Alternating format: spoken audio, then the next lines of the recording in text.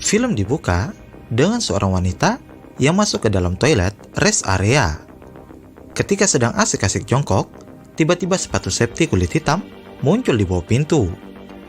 Wanita tersebut panik sambil mengatakan kalau ia akan berteriak meminta tolong jika pria tersebut tidak mau pergi. Setelah beberapa saat, sepertinya pengganggu itu sudah pergi. Dengan hati-hati, wanita itu mencoba melihat keadaan. Lalu kemudian, dia diserang dari belakang. Dan film restop pun dimulai. Film berlanjut dengan wanita cantik bernama Nicole yang sedang sibuk mengemasi baju-bajunya dengan tujuan untuk kabur dari rumah bersama pacarnya yang bernama JC.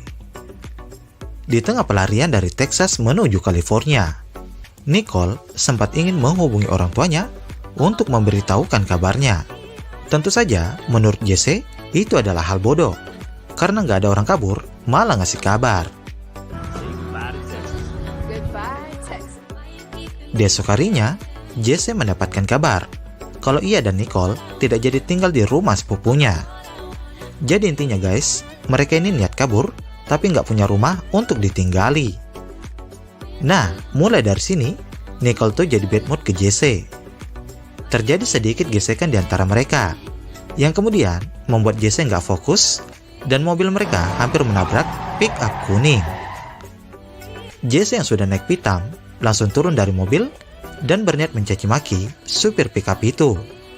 Sialnya, supir itu malah buru-buru pergi dari TKP. Mereka melanjutkan perjalanan, dan di perjalanan itu, mereka cuma cekcok mulut aja. Mungkin juga Nicole ini kesel ya, karena mereka kabur tapi nggak tahu kemana. Nicole mengatakan kalau dia ingin buang air dan meminta JC untuk mencari toilet terdekat. Karena Nicole nggak mau kencing di tanah, takutnya nanti ada ular yang salah sarang. Tak berapa lama, sampailah mereka di pemberhentian terbengkalai yang terlihat kalau sudah lama tidak ada orang ke tempat itu. Nicole yang melihat kondisi toilet itu cuma bisa geleng-geleng kayak orang ditempeleng. Sumpah, ini WC jorok banget. Ketika lagi asik jongkok, Nicole melihat banyak tulisan di balik pintu itu. Salah satunya KZL 303. Tak ingin berlama-lama, Nicole pun cepat-cepat mencuci tangannya dan berniat pergi dari sana. Tiba-tiba, Nicole menjadi takut dan panik saat melihat kalau JC sudah tidak ada di tempatnya. Di saat sedang mencari JC, di saat itu juga Nicole melihat lagi pickup kuning yang sebelumnya hampir mereka tabrak. Tapi di sini Nicole nggak terlalu nanggapin dan mengira kalau itu cuma orang iseng aja. Nicole menemukan telepon umum yang ternyata kabelnya nggak direstuin orang tua, alias putus.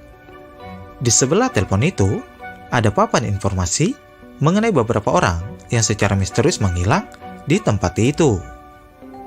Sebuah cahaya berkedap-kedip dari dalam kanvar van yang seketika mengalihkan perhatian Nicole.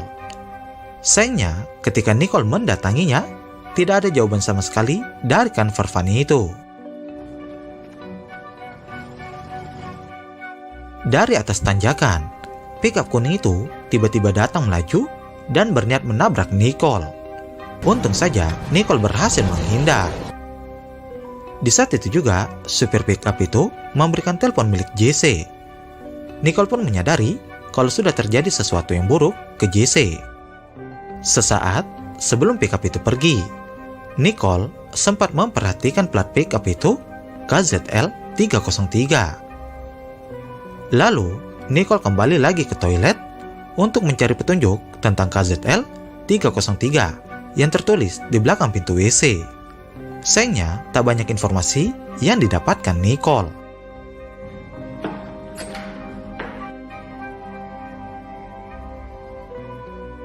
Hari sudah malam. Nicole yang sudah tidak tahu harus apa lagi, mencoba memecahkan kaca pintu pos penjagaan dengan batu. Akhirnya, Nicole berhasil masuk ke dalam pos itu, walaupun tangannya harus terluka karena terkena pecahan kaca. Di dalam sana, Nicole menemukan radio pemanggil yang langsung digunakan untuk meminta pertolongan. Sambil menangis terseduh-seduh, Nicole mencoba menceritakan kejadian itu dan berharap ada seseorang yang menjawab panggilannya. Nicole menemukan sebuah TV dan memutarnya. Keanehan kembali terjadi ketika Nicole menyadari kalau TV memutar rekaman waktu Nicole lagi dengan Jesse. Di saat yang bersamaan, radio pemanggil berbunyi. Setelah mendengar cerita Nicole, pria di radio itu pun berjanji kalau dia akan menelpon polisi untuk datang ke sana. Di ujung obrolan, Nicole sempat bingung ketika pria itu berkata kalau namanya adalah Jesse.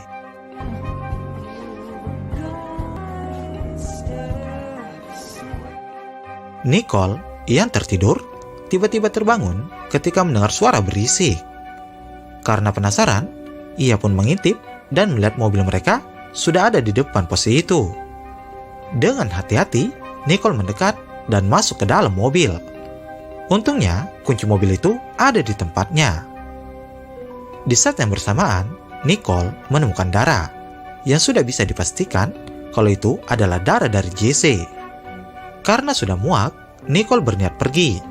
Dan sayangnya, mobil itu tak bisa menyala. Di saat yang bersamaan, pickup kuning itu kembali datang. Tanpa banyak basa-basi, pickup itu langsung melaju ke arah Nicole.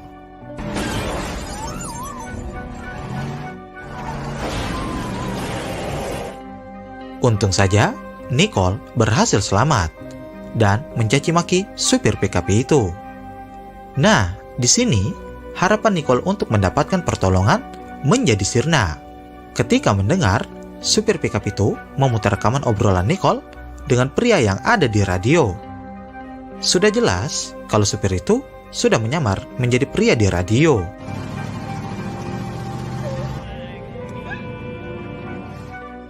Singkat waktu, Nicole yang sedang bersembunyi melihat kedatangan seorang polisi.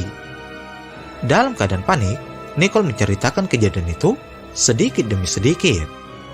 Sampai saat di mana pickup kuning itu kembali datang. Petugas polisi itu meminta Nicole untuk tetap bersembunyi. Sementara dia akan berbicara dengan supir pickup itu. Anehnya, polisi itu malah membiarkannya pergi dengan alasan kalau supir pickup itu hanya tersesat saja di tempat itu. Tak lama kemudian, tiba-tiba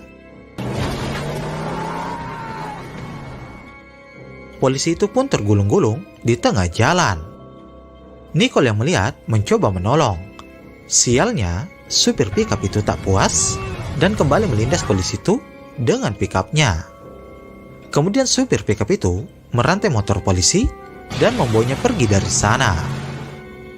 Nicole sudah berada di dalam toilet dengan polisi itu yang terlihat sekarat. Ketika sedang membersihkan luka dari polisi itu, tiba-tiba Nicole menyadari kalau supir pickup itu datang lagi. Lalu supir itu mulai mengunci Nicole dari luar. Di saat Nicole merasa kalau supir itu sudah pergi, Nicole berusaha untuk membuka penahan pintu itu. Di saat itu juga supir itu kembali datang dan menggigit jari Nicole sampai putus.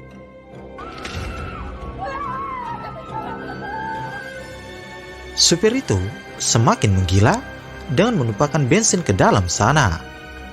Nicole yang melihat berniat menembak supir itu dengan pistol milik polisi. Tentu polisi itu menahannya karena mengingat kalau hal itu hanya akan membakar diri mereka sendiri. Merasa putus asa dan tak ingin mati tersiksa, polisi meminta ke Nicole untuk menembaknya saat itu juga. Walaupun dengan keadaan terpaksa, Nicole pun menuruti permintaan polisi itu. Setelahnya, Nicole berusaha naik ke atap bangunan karena mengetahui kalau supir itu sudah bersiap membakarnya. Untung saja, Nicole berhasil dan selamat dari ledakan tempat itu.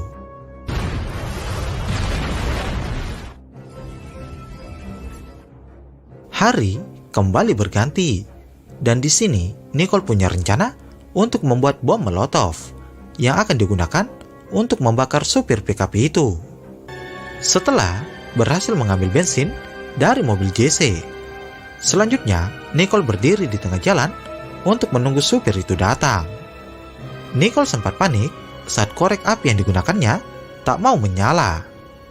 Untung saja, di saat yang tepat, ia berhasil dan melemparkan bom molotov itu tepat di pickup kuning tersebut.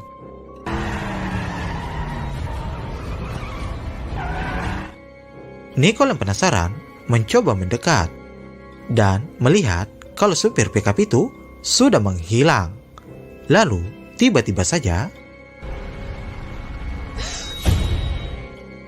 film pun ditutup dengan seorang wanita yang datang ke toilet itu dan terlihat sudah diperbaiki.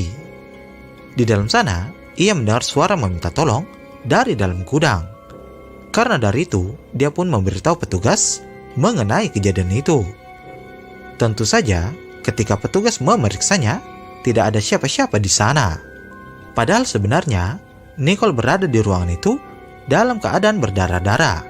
Lalu, film pun berakhir.